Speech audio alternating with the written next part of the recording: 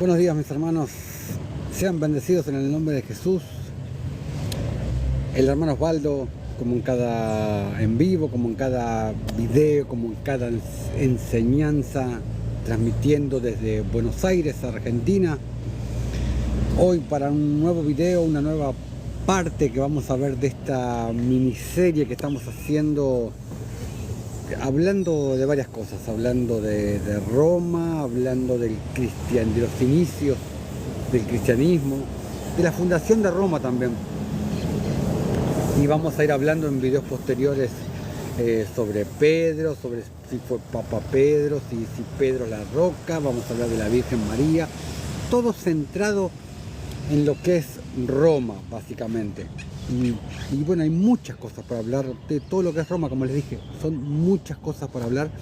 Por eso es que vamos a hacer varios videos hablando de lo mismo. Si Pedro la roca, les vuelvo a repetir, si Pedro fue el primer papa, la Virgen María, Constantinopla, los comienzos de Roma, la fundación de Roma, Edom.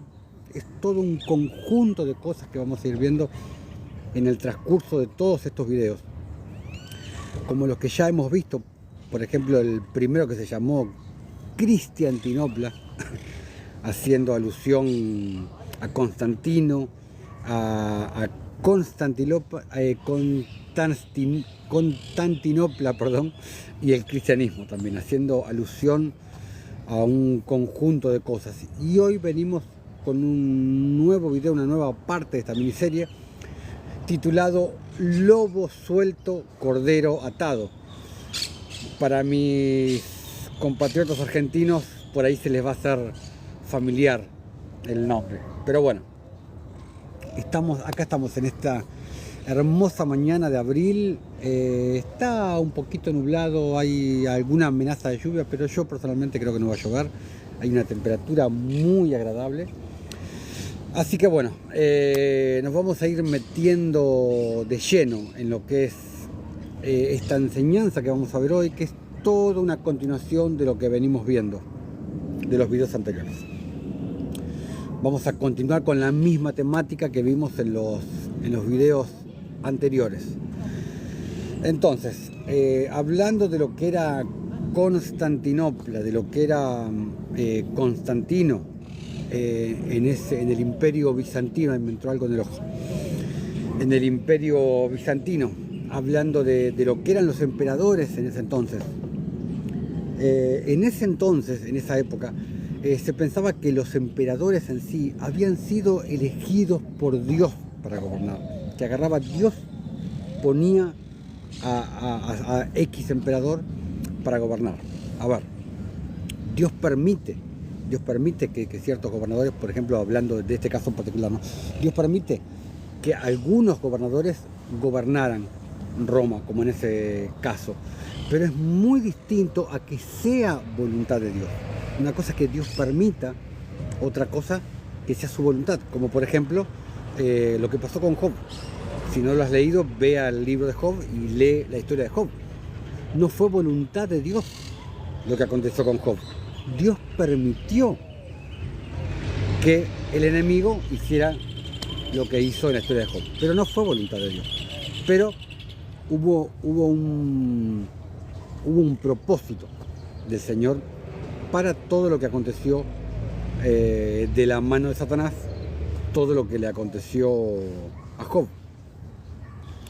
Muchas veces las cosas que el Señor permite las naciones, pero tampoco es la única razón. Hay muchas razones detrás de las cosas que el Señor permite, que muchos cristianos no pueden entender. Ay, porque si Dios existiera no pasaría X cosas. No, por eso les digo, hay ciertas cosas que los cristianos no pueden entender. Ay, no, si Dios existiera no pasaría tal cosa. Bueno, anyway, volviendo al tema de Constantinopla. La famosa iglesia que estábamos viendo en el video pasado, la famosa iglesia Santa Sofía, por decirlo de alguna manera, que es una catedral más que iglesia, la famosa catedral de Santa Sofía en Estambul, en lo que era Constantinopla en ese momento, se diseñó para ser la basílica basílica principal del Imperio Bizantino. Era una catedral monstruosa que existe hasta el día de hoy, todavía está. La Santa Sofía, una catedral impresionante. Se diseñó para ser la basílica principal de lo que en ese momento era el Imperio Bizantino o el Imperio de Oriente, el Imperio Romano de Oriente. Ahora, ¿acaso no vieron la arquitectura de serpiente, la arquitectura de basilisco con la que construyeron la sala de audiencias del Vaticano? Yo me imagino que sí, quiero pensar que lo han visto. Si no lo han visto, busquen y véanlo con sus propios ojos. Sí, ahí evidentemente hay un mensaje detrás de eso. Pero volvamos a Constantinopla. Las galas imperiales que se hacían en esa época en Constantinopla, además de las muchas joyas, se distinguían por el color púrpura de la zona de Tiro, que estaba situada, la zona de Tiro estaba situada arriba de Galilea, sobre el mar Mediterráneo, la parte de Tiro, Sidón, la parte de Fenicia, que era esa producto básicamente de un molusco, que era originario de ahí. Por eso es que la producción de la púrpura era extremadamente cara en ese entonces, debido a que se necesitaban muchísimas conchas para producir el famoso púrpura. Los fenicios se hicieron muy famosos con la venta de la púrpura en ese entonces. Se hicieron muy famosos debido a que era muy cara, era muy costosa. En esto podemos ver cómo se cruza Roma, se cruza Edom, se cruza Tiro, se cruza Fenicia, se cruza Edom también, porque recordemos que Roma, otra de las cosas que estamos viendo, es parte de lo que es Edom, Roma. En Ezequiel 28, por ejemplo, podemos ver la profecía del rey de Tiro. Toda esa zona, Tiro, Sidón, y recordemos que de Sidón era nada más y nada menos que Jezabel. Jezabel era princesa de Sidón, que se termina casando con Acab, rey de Israel. De esa manera, Jezabel se convierte en reina, pasa de ser princesa a ser reina, y termina promoviendo en Israel muchas cosas, como por ejemplo los cultos a los dioses fenicios, Baal, Astoret, Astarte, que básicamente es Ashera, que básicamente es Ishtar, que básicamente es Inanna, Semiramis, que es la reina del cielo también, que era el título que se le daba en ese momento a todas las diosas, a todo el panteón de diosas que había en ese entonces. Entonces, si nos vamos a Apocalipsis, podemos ver que la púrpura es una de las cosas con las que está descripta la gran ramera, que se viste de púrpura y de escarlata, que son los dos colores que vienen de Fenicia, la cual también podemos ver que está relacionada con el ave fénix, que es imagen de Lucifer, el rey de Tiro, Jezabel. Todo es simbología satánica. Todo es simbología satánica íntimamente relacionado con Roma, que no es más ni menos que Edom. Ahora vamos a ver esto. Los 7 concilios ecuménicos de la Iglesia Católica fueron convocados para definir la doctrina, para definir la sana doctrina de la Iglesia Católica, de la Iglesia cristiana. Eran consejos de ancianos, básicamente, eran sanedrines, siempre tratando de tener dominio y control sobre las masas, o sea, nicolaitismo, por decirlo de una manera delicada. Sincretismo, paganismo en su máxima expresión. Entonces, los concilios fueron básicamente para eliminar ciertos movimientos que eran molestos en ese momento. Ahora yo te pregunto, ¿Jesús y los discípulos alguna vez se dedicaron a eliminar a los falsos? Nunca. Pero bueno, entonces, los concilios fueron convocados básicamente para eliminar esos movimientos, hablando de esa época, como por ejemplo el arrianismo, como por ejemplo el montanismo, que no eran conforme a los planes de la ortodoxia católica, de la ortodoxia cristiana que se estaba fomentando en ese momento. El montanismo, por ejemplo, fue un movimiento que se produjo en el interior de las comunidades cristianas primitivas, cristianas entre comillas, cristianas primitivas. Fue básicamente una doctrina que, entre varias cosas, decía que el Espíritu Santo todavía habla, que todavía se manifiesta, que surge o surgía en ese momento, sigue hasta el día de hoy, pero bueno, que surgía en ese momento de la boca del creyente. Entonces, el cristianismo del catolicismo iba en contra del montanismo. ¿Por qué? Porque amenazaban su poder, amenazaban su hegemonía. Eso es lo que pasaba. Entonces, el cristianismo de ese entonces, la eminente Roma, tenía sus modos, tenía sus maneras, tenía su hegemonía, tenía sus liturgias escritas, de modo que no había lugar para la improvisación del Espíritu Santo. Entonces, a partir de ahí, eliminan la soberanía del Espíritu Santo y todo se convierte en rituales y en doctrina de hombres, que es lo que podemos ver hoy, lo que es el cristianismo. Entonces, el cristianismo es sincretismo. Lo que todo el mundo defiende, el cristianismo es sincretismo. ¿Qué es el sincretismo? Es conciliar diferentes doctrinas en una sola. Es sincretismo, paganismo proveniente de Grecia, proveniente de Roma, proveniente de la mismísima Babilonia y de incluso mucho más atrás, como lo vimos más atrás. Nada tiene que ver con Cristo. Todo esto que estamos viendo, nada tiene que ver con Cristo. Es básicamente la sinagoga de Satanás.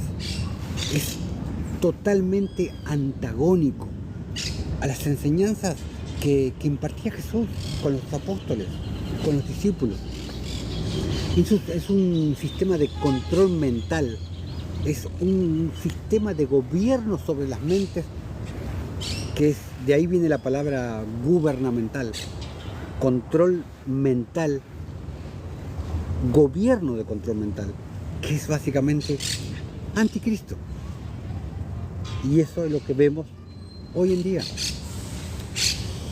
Entonces, el camino ancho de la cual habla la Escritura, el camino ancho es la religión, es la autojustificación por obras religiosas. El camino angosto es la gracia, es la fe, es la justicia, las obras de la fe, la misericordia, la piedad, la caridad. Existe un audio de un rabino que anda dando vueltas por ahí, que confirma que Constantino fue contratado por los judíos de aquel entonces, por el sistema judaico-sionista, o sea, por la sinagoga de Satanás, para hacer del cristianismo lo que vemos hoy. Porque no hay nada que sea más anticristo que el cristianismo. A pesar de que muchos se aferran a ese nombre, cosa que no entiendo por qué. Pero bueno, bajo la nueva bandera de la religión y del catolicismo, el Imperio Romano empieza a absorber pueblos de manera pacífica. Ya no es el lobo suelto con cara de malo. Ahora es el cordero atado, es la ovejita con carita de buena. con el Imperio Romano de Oriente, lentamente desaparece la Roma militar, la Roma política, la Roma que se imponía. Y resurge una Roma nueva, resurge la Roma bizantina, más que nada un imperio eclesiástico. Uf, qué negro que se puso. Bueno, entonces, como les dije en los videos anteriores, Constantino usó el cristianismo como un trampolín político para agrandar su imperio, para hacer de la política y la religión uno. La iglesia y el cristianismo se convirtieron en un método muy conveniente para expandir dominio. Y dominio es demonio. Dominio es demonio. Y el dominio, aparte de ser demonio, es nicolaitismo. Es ambas cosas.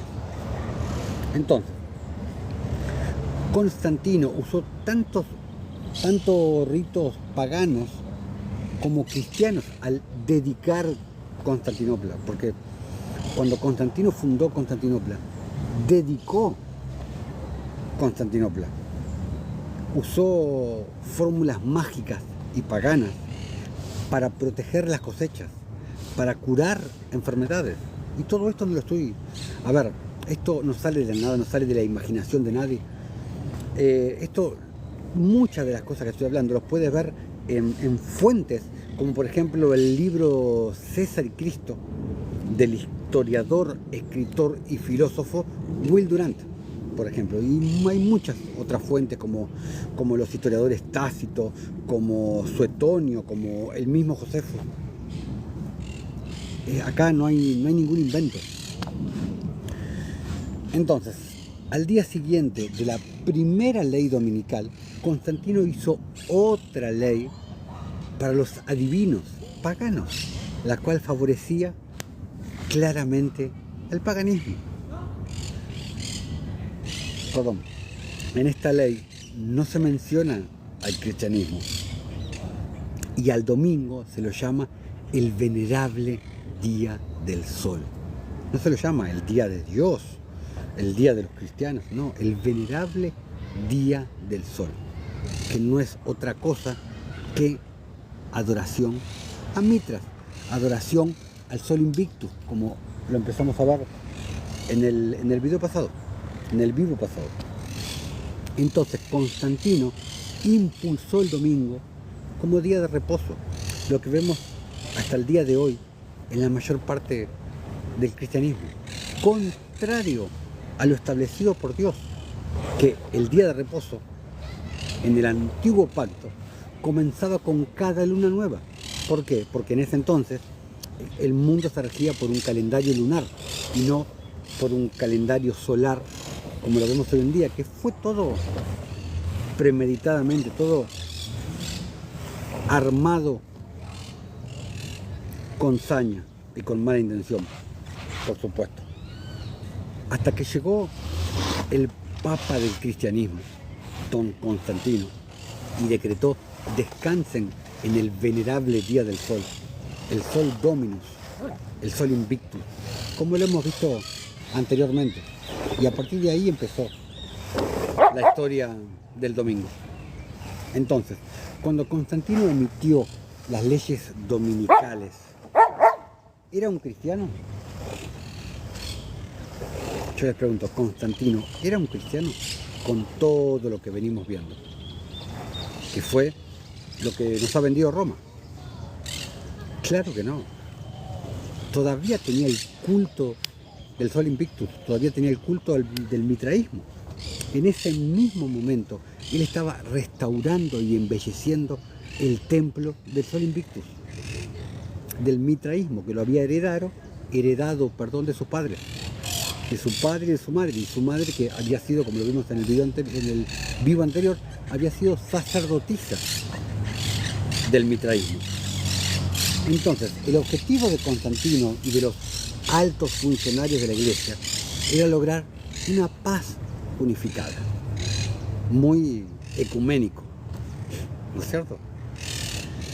Entonces, en el año 325, Constantino había llegado a su máximo poder y se convocó un gran concilio al que se ordenó que asistieran los líderes de la iglesia cristiana de todo el imperio. Este fue el concilio de Nicea, durante el cual los líderes decretaron que la Pascua debía celebrarse solo en un determinado domingo, en cada año, a un domingo por año, ¿no es cierto? En lugar de la manera bíblica en lo que lo habían hecho hasta ese momento, en el cual hasta la manera en que los creyentes lo habían hecho hasta ese momento. Entonces, luego de eso, Constantino emitió un decreto en el cual todos debían obedecer las decisiones de este concilio, bajo encarcelamiento o hasta incluso pena de muerte. Muy cristiano Constantino, ¿no? Tan pronto el Estado y la Iglesia se unieron en este esfuerzo de Constantino, el resultado fue la persecución de todo disidente religioso. Para evitar la persecución, muchos creyentes, no sé cómo llamarlos, creyentes, cristianos, los seguidores del camino, bueno, no importa, muchos cristianos, vamos a decirlo, buscaban la manera de cumplir sus leyes propias y las de Constantino. Por ejemplo, respecto al día de reposo y o de descanso. O sea, guardaban ambos días. Guardaban el día de reposo original, que comenzaba con cada luna nueva, y guardaban el domingo, el día al sol invictus, el día del majestuoso sol. Entonces, desviándonos un poquito de Constantino, fue a partir de Pipino el Breve, quien fuera padre de Carlomagno y el primer carolingio en convertirse rey de los francos, aproximadamente unos 200 años más tarde de Constantino, que los papas empezaron a tomar poder y comenzaron a poner y a quitar reyes. Hasta ese momento, los papas no tenían autoridad militar ni política, eran solamente una autoridad moral en todo lo que es Constantinopla. Entonces, Pipino el Breve establece el estado papal con la intención de proteger al papa que estaba en ese entonces, que era Esteban II, que mantenía una disputa con los lombardos, y así crea en primera instancia un reinado eclesiástico papal, por decirlo de alguna manera. Entonces, en el año 756, Pipino el Breve proveyó una base legal para la formación de los estados pontífices. Básicamente eso, que extendía el poder del Papa temporalmente más allá de la diócesis y más allá de Roma. Por primera vez, la donación hizo al Papa el soberano temporal de una franja de territorio que se extendía diagonalmente a través de Italia, desde el mar Tirreno hasta el Adriático, básicamente. Entonces, el Papa Esteban II, que era el Papa de ese momento, en agradecimiento, una especie de devolución de favores, nombra a Pipino rey de los franceses, rey de los francos, y es aquí donde surge la dinastía carolingia, que sucedió a la dinastía merovingia. Entonces, la dinastía merovingia, que les acabo de decir, que fue la que precedió a la carolingia, había gobernado a los francos germánicos, fue derrocada con consentimiento del papado. Fue derrocada con consentimiento del papado y la aristocracia, ¿no es cierto? Los papas querían dar lugar a una casta de reyes y sacerdotes que fuera, por decirlo de alguna manera, más afín que fuera más afín a la iglesia también, entre comillas, porque va todo entre comillas, ya que con los merovingios habían tenido roces porque ellos supuestamente eran descendientes de Jesús y de María Magdalena y tenían dones sanadores, entre comillas. Espero que me vayas entendiendo los dones, entre comillas, que tenían sanadores.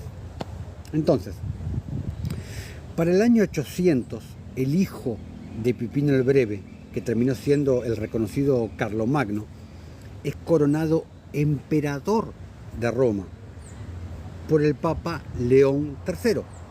Esta alianza convirtió a Carlomagno en una especie de brazo armado de la Iglesia, algo que la institución religiosa necesitaba ante la debilidad por la que estaba pasando en ese momento. Debilidad, entre comillas, ¿no? Debilidad armada, porque eran solamente una institución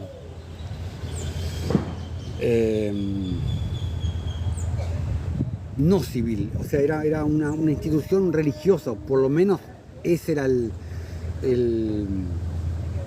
básicamente la idea original, por decirlo de alguna manera. Entonces, fue a partir de Pipino el Breve que comienza a verse una afinidad entre los militares y el papado. Y su hijo Carlomagno, que era el hijo de Pipino el Breve, toma una actitud similar a la actitud de su padre.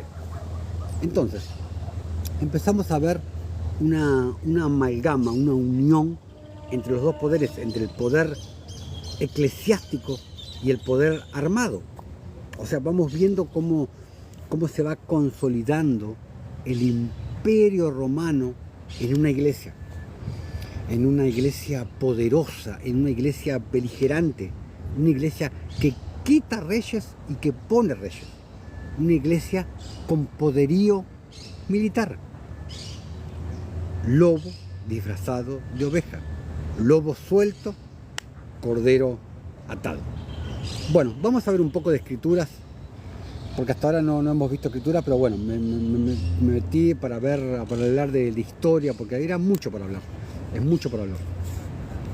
Vamos a 2 Corintios capítulo 5, versículos 16 y 17. Dice: de manera que nosotros de aquí en adelante a nadie conocemos según la carne, dice Pablo. Y aún si a Cristo conocimos según la carne, ya no lo conocemos así. De modo que si alguno está en Cristo, nueva criatura es.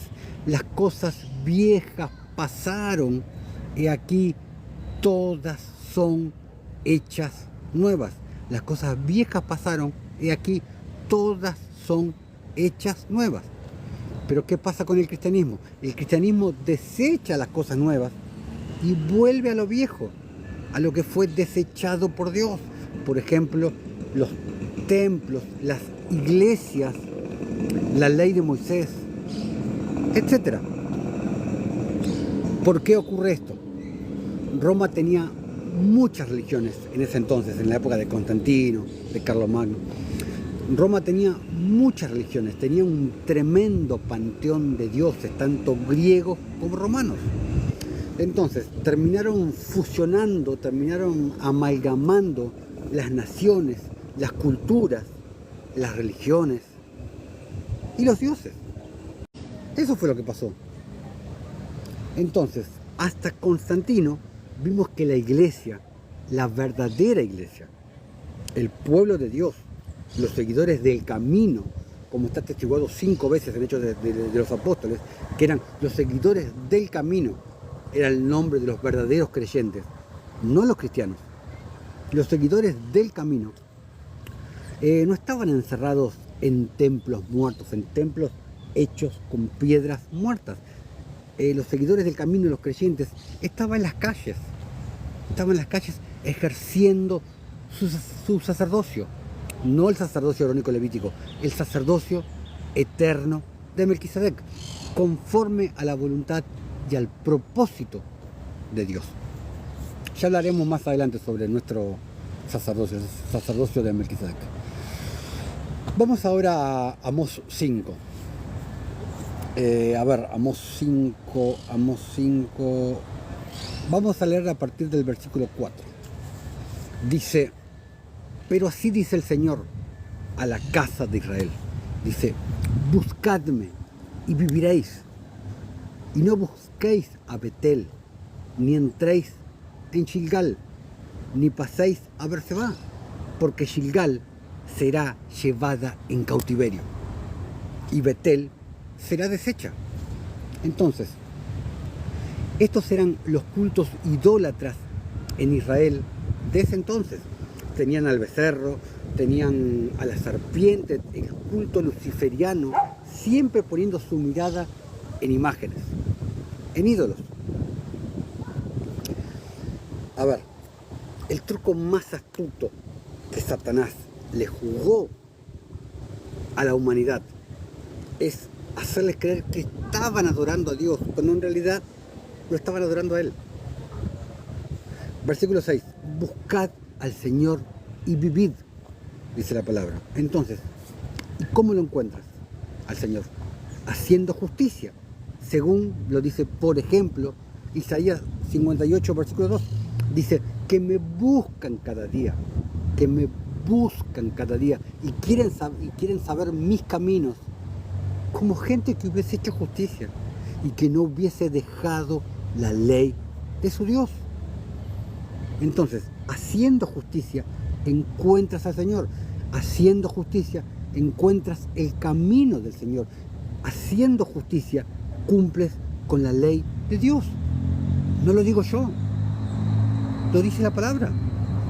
Entonces, buscad al Señor y vivid. No sea que acometa como fuego a la casa de José y la consuma, sin haber en Betel quien lo apague, porque si no, no tendrán salvación. Eso es lo que está diciendo. Versículo 7.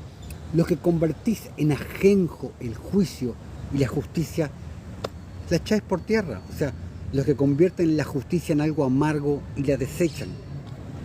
Y cuando desechas la justicia, desechas la ley de Dios, como lo vimos recién, como lo vimos en Isaías 58, versículo 2. Desechas la justicia, desechas a Dios. Básicamente es eso, perdón. Versículo 8. Buscad al que hace las Pléyades y el Orión y vuelve las tinieblas en mañana, o sea, las tinieblas en luz, la injusticia en justicia. Y hace oscurecer el día como noche, el que llama a las aguas del mar y las derrama sobre la faz de la tierra. El Señor es su nombre, que da esfuerzo al despojador, sobre el fuerte, o sea, el hombre fuerte en lo espiritual, y hace que el despojador venga sobre la fortaleza. ¿Para qué? Para romper el yugo satánico. Versículo 10. Ellos aborrecieron al reprensor en la puerta de la ciudad. Ten presente que habla tanto en la parte física como en la parte espiritual. Ten presente eso. Y al que hablaba lo recto abominaron. ¿De quién está hablando? Aborrecían al profeta, al juez justo, al pregonero de justicia. Por eso fue que mataron a todos los profetas, a todos los jueces justos que venían a traerles la ley de Dios. Es lo que pasaba siempre. Los profetas querían traer al pueblo de vuelta a la justicia, a la ley eterna de Dios, pero el pueblo no quería saber nada. El pueblo quería la ley de Moisés, quería rituales, el pueblo quería religión, quería atadura. Eso es lo que quería el pueblo. Versículo 11. Dice, por tanto, puesto que vejáis, o sea, lo perjudicás, lo hacés padecer al pobre y recibís de él carga de trigo, o sea, se aprovechaban del pobre. Edificasteis casas, dice, o sea, edificaban congregaciones, iglesias, templos, de piedra labrada. Edificasteis casa de piedra labrada, y ahora vamos a ver. Mas no la habitaréis. Plantasteis hermosas viñas, mas no beberéis el vino de ellas. Porque yo sé de vuestras muchas rebeliones y de vuestros grandes pecados. Habla de rebeliones y de pecados, igual que en Isaías 58, versículo 1. Dice, rebeliones y pecados. ¿Qué dice Isaías 58.1? Clama voz en cuello, no te detengas, alza tu voz como trompeta y anuncia a mi pueblo su rebelión y a la casa de Jacob su pecado. Rebelión y pecado. Nuevamente, rebelión y pecado. ¿Te das cuenta cómo es un mismo idioma? Es un mismo autor, el de la Biblia. Sé que afligís al justo y recibís cohecho, o sea, recibís soborno, y en los tribunales hacéis perder su causa a los pobres. Por tanto, el prudente en tal tiempo calla, porque el tiempo es malo. Versículo 14, buscad lo bueno. ¿Y qué es lo bueno? Miqueas, vámonos a Miqueas 6.8. Oh hombre, Él te ha declarado lo que es bueno. ¿Y qué es lo que el Señor demanda de ti? Solamente que hagas justicia, que ames misericordia y que camines humildemente ante tu Dios. No hacer liturgias, cuestiones religiosas, no. Solamente hacer justicia. Es lo único que el Señor demanda de ti. Solamente que hagas justicia, que ames misericordia y que camines humildemente ante tu Dios. Eso es lo que el Señor demanda de ti. Eso es lo que el Señor demanda de nosotros. Buscad lo bueno y no lo malo, para que viváis. O sea, ¿quieres vivir? Sé un justo. Practica la justicia. Porque así el Señor Dios de las huestes, el Señor de las huestes, estará con vosotros, como decís, aborreced del mal y amad del bien, o sea, lo bueno, lo que vimos recién, Miqueas 6.8. Y estableced la justicia en juicio, o sea, juzgar con justo juicio. Que esto tengo una enseñanza, que ya hablé de esto. Aquí arriba está el link de nuestro canal de YouTube, que se llama Camino de Justicia. Ahí están todos los videos, los en vivos que hacemos acá en TikTok, todas las enseñanzas, las series. Y ahí arriba hay un video que se llama No juzguéis según las apariencias, y ahí te explico extensamente qué significa juzgar con justo juicio, que no es lo que creen los religiosos, que no es lo que creen los santurrones, que ya yo tengo justo juicio para decir, este es un pecador, este es un fornicario, este es un adúltero. No, no es eso. Juzgar con justo juicio es otra cosa, y en ese video lo explico extensamente. Entonces, estableced la justicia en juicio, o sea, juzgando con justo juicio, solucionando el problema, no acusando con el dedo acusador. No, quizá el Señor Dios de las huestes tendrá piedad del remanente de José que nos representa a nosotros, los gentiles. Versículo 16. Por tanto, así ha dicho el Señor Dios de las huestes: en todas las plazas habrá llanto y en todas las calles dirán, ay, ay, y al labrador llamarán a lloro y a endecha a los que sepan endechar, o sea, cantar música fúnebre, básicamente. Versículo 17, y en todas las viñas habrá llanto, porque pasaré en medio de ti, dice el Señor. Versículo 18, ay de los que desean el día del Señor. ¿Para qué queréis este día del Señor? Será de tinieblas y no de luz, pero para ellos, para los que no son pueblo de Dios, para los que no son sus hijos, para ellos será día de tinieblas y no de luz. Versículo 19, como el que huye de delante del león y se encuentra con el oso, o como si entrara en casa y apoyare su mano en la pared y le muerde una culebra. ¿No será el día del Señor tinieblas y no luz, oscuridad que no tiene resplandor? Para los que no son predestinados no habrá luz, para ellos no habrá luz. Versículo 21. Aborrecí, abominé vuestras solemnidades y no me complaceré en vuestras asambleas. Muy parecido a lo que hacen las religiones hoy, ¿no? Las misas, los cultos, ¿o no? ¿O no es cierto? Versículo 22. Y si me ofreciereis vuestros holocaustos, o sea, vuestros sacrificios y vuestras ofrendas, no los miraré, no los recibiré, ni miraré a las ofrendas de paz de vuestros animales engordados. ¿Por qué? Porque son sacrificios vanos que el Señor nunca pidió.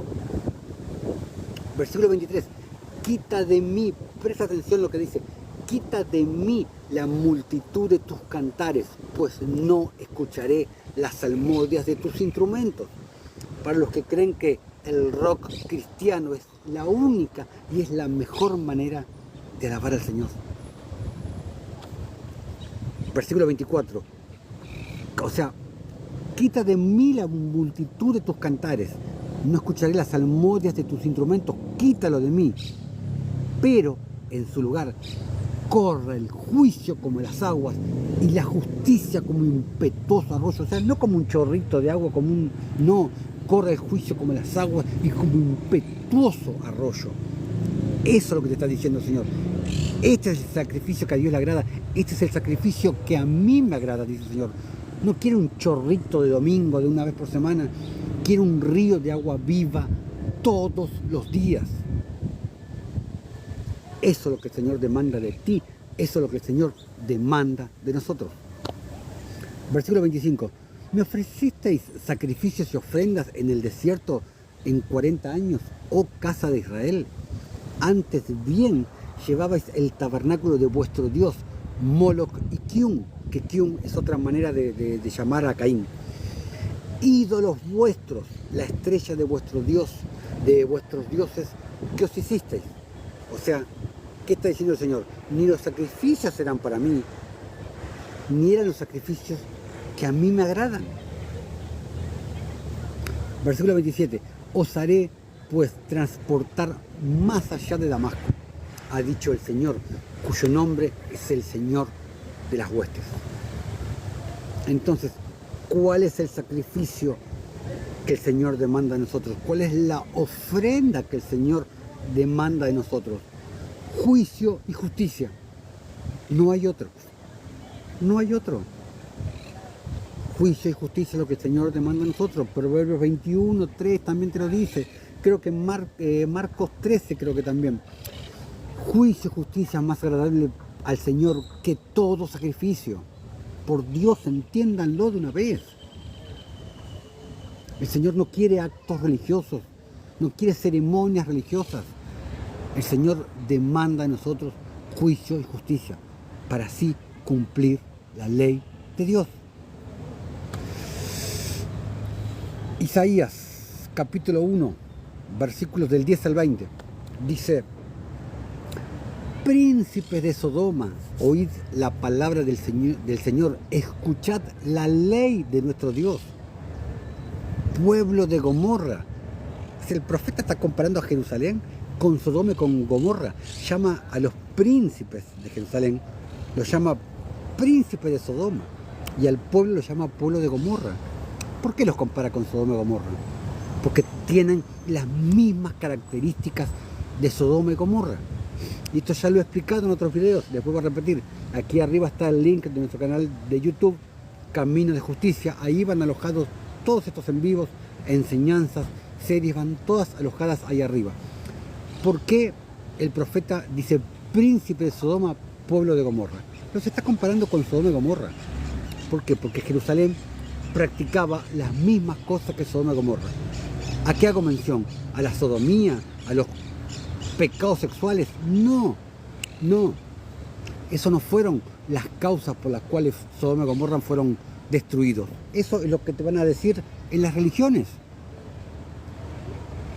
No era mentira, sí, practicaban, eran sodomitas, hacían miles de cosas. Pero esa no fue la causa de la destrucción de Sodoma y Gomorra. ¿Qué dice Ezequiel 16:49? Esta fue la maldad de Sodoma, tu hermana. Soberbia, que te crees más que el resto. Saciedad de pan, comían ellos y el resto no me interesa. Abundancia de sociedad tuvieron ella y sus hermanas. Se la pasaban jugando, se la pasaban perdiendo el tiempo. Y el cuarto punto, no fortalecieron la mano del huérfano y del menesteroso. Esas fueron las verdaderas causas de la destrucción de Sodoma y Gomorra. Y esas eran las características que el profeta denunciaba en ese momento que tenía Jerusalén. Por palabra, por revelación directa del Señor. Versículo 11. ¿Para qué me sirve, dice el Señor, la multitud de vuestros sacrificios? Hastiado estoy de holocaustos de carnero y de cebo de animales gordos. No quiero sangre de bueyes, ni de ovejas, ni de machos cabríos. ¿Quién demanda esto de vosotros cuando venís a presentaros delante de mí para hollar mis atrios? No me traigas más vana ofrenda, lo mismo que vimos en Amós 5. El incienso me es abominación, luna nueva y día de reposo, el convocar asambleas, lo que estábamos viendo recién, lo que hacen las religiones, las misas, los cultos, el convocar asambleas, no lo puedo sufrir. Son iniquidad vuestras fiestas solemnes. Ay, la Pascua, la Navidad, vuestras fiestas solemnes las aborrezco. Las tiene aborrecidas mi alma, me son gravosas, cansado estoy de soportarlas. Cuando extendáis vuestras manos, yo esconderé de vosotros mis ojos. Asimismo, cuando multipliquéis la oración, yo no los oiré, no los voy a oír. Llenas están de sangre vuestras manos. ¿Por qué llenas están de sangre vuestras manos? Eso lo expliqué en el video, en la enseñanza que dice ciudad derramadora de sangre. Ahí lo explico ampliamente. Versículo 16. Lavaos y limpiaos, quitad la iniquidad de vuestras obras de delante de mis ojos. Dejad de hacer lo malo, aprended a hacer el bien, aprended a hacer lo bueno. Lo que les leí hace un ratito en Miqueas 6:8. Aprended a hacer el bien, buscad el juicio, o sea, buscad el justo juicio. Restituid al agraviado, haced justicia al huérfano, amparad a la viuda. Simplemente es eso, esa es la ley de Dios, ese es el camino de Dios, esa es la voluntad de Dios, eso es lo que Dios pretende de nosotros. Una y otra vez, te lo dice la palabra, una y otra vez, una y otra vez. Versículo 18, venid luego, cuando hayan cumplido con lo que yo demando de vosotros, cuando cumplan con mi ley, cuando anden en mis caminos, venid luego, dice el Señor, y estemos a cuenta. Dice, si vuestros pecados fueren como la grana, como la nieve serán emblanquecidos. Si fueren rojos como el carmesí, vendrán a ser como blanca lana. ¿Y qué le dijo Daniel a Nabucodonosor? En Daniel 4:27. Por tanto, oh rey, acepta mi consejo, dijo Daniel. Tus pecados redime con justicia, o sea, haciendo justicia, haciendo misericordias para con los oprimidos. ¿Te das cuenta como todo casa, como todo se arma como un rompecabezas? Versículo 19. Si quisiereis y oyereis, comeréis el bien de la tierra. Si no quisiereis y fuereis rebeldes, seréis consumidos a espada, porque la boca del Señor lo ha dicho. Entonces, ¿cuál es la ofrenda que le agrada al Señor? ¿Cuál es el sacrificio que le agrada al Señor? Misas, procesiones, diezmos, rezos del rosario. Y así podemos seguir hasta mañana. Como te lo dije recién en Proverbios 21:3. Juicio, justicia más agradable al Señor que todos los sacrificios. Salmos, capítulo 4, versículo 5. ¿Qué te dice? Ofreced sacrificios de justicia y confiad en el Señor. Eso es lo que el Señor demanda de nosotros, sacrificios de justicia. Simplemente, nada más. Bueno, hasta acá la enseñanza de hoy. Vamos a terminar, como en cada en vivo, vamos a terminar leyendo un poquito Apócrifos. Vamos a continuar leyendo el libro de Hazar. Habíamos quedado en el capítulo 10, en el versículo 20 habíamos quedado. Vamos con el versículo 21. Y los hijos de los de Mizraim, que originalmente los de Egipto, son los Ludim, Ananim, Lehabim, Natujim, Patrusim, Casluhim y Catforim, 7 familias. Todos ellos viven junto al río Sihor, que viene a ser el río de Egipto. Esto es el arroyo de Mizraim. Y ellos edificaron ciudades y las llamaron como sus propios nombres. Y los hijos de Patros y Casloh se casaron entre sí, y de ellos salieron los Pelishim, los Asatim y los Gerarim, los Gutim y los Ekronim, por todos 5 familias. Ellos también fueron y edificaron ciudades y las llamaron con el nombre de sus padres hasta este día. Y los hijos de Canaán también se edificaron ciudades y llamaron sus ciudades como sus nombres. A ver, como sus nombres, ciudades y otras sin número. Y 4 hombres de la familia de Cam fueron a la tierra de las planicies. Estos son los nombres de los 4 hombres que construyeron las ciudades: Sodoma, Gomorra, Atma y Seboim. Justo recién les estaba hablando de Sodoma y Gomorra. Había una 5ª ciudad, que el nombre era Bela o Zoar. Digamos, se armó una planicie camítica, digamos. Versículo 26. Y esos hombres se edificaron 4 ciudades en la tierra de la planicie, y ellos llamaron los nombres de las ciudades como sus propios nombres. Y ellos y sus hijos y todos los que les pertenecía vivieron en esas ciudades y fueron fructíferos y se multiplicaron grandemente y vivieron en Shalom, o sea, vivieron en paz. Y Seir, el hijo de Ur, hijo de Ibi, hijo de Canaán, fue y encontró un valle opuesto a la montaña de Param, y él edificó una ciudad allí, y él y sus 7 hijos y su casa vivieron allí, y él llamó la ciudad cual él edificó Seir, de acuerdo a su nombre, y esa es la tierra de Seir hasta este día. Es el monte de Seir, donde años más tarde habitarían los edomitas.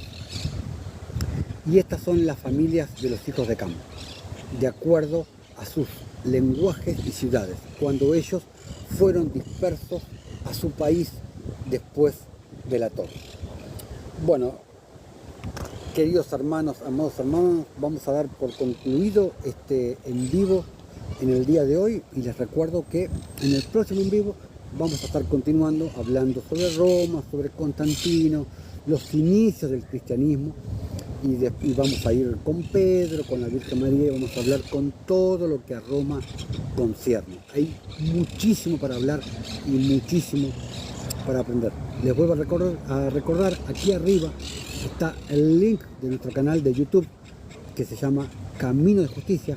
Ahí van alojados todos estos en vivos que hacemos acá en TikTok, van alojados ahí, y ahí están todas nuestras enseñanzas, todas nuestras series, ahí van alojadas todas. Así que les digo, por favor, vayan, suscríbanse, y ahí tienen mucho para ver y para aprender, y cualquier pregunta me la pueden dejar ahí. Nos veremos, si Dios quiere, Dios mediante, en un próximo en vivo. Hermanos, sean bendecidos en el nombre de Jesús, y hasta un próximo en vivo.